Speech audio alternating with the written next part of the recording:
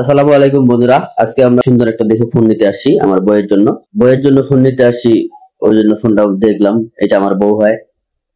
এটা আনবক্সিং করতেছে, আমি আনবক্সিং করতে চাইলাম, কেন ক্যামেরা আমি আছি, আমার বউ তো আনবক্সিং করবে না, এই জন্য ভাইটাকে বললাম ভাই আপনি আনবক্সিং করেন।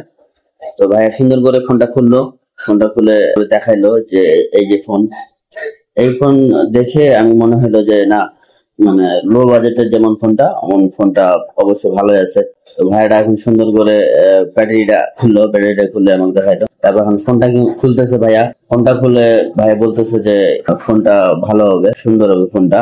আর এখানে আমি বললাম ভাইয়া, ভাইয়া এই সুন্দরভাবে আপনি ফোনটা আনবক্সিং করেন। আনবক্সিং করা হয়ে গেল। এখন আমি ব্যাটারিটা হাতে নিলাম। ব্যাটারিটা হাতে নিয়ে এখন বললাম ভাইয়া, ব্যাটারিটা কি চার্জ যাবে ভাই? ভাই বলতেছে না ভাই, যে যে ফোনের যে ব্যাটারি, ওই ফোনের ওই ব্যাটারি একদিন চার্জ যায় ফুল। আমাকে এই আশ্বাস দিল। আমি বললাম যে ঠিক আছে, তাহলে আরো ভালো হবে।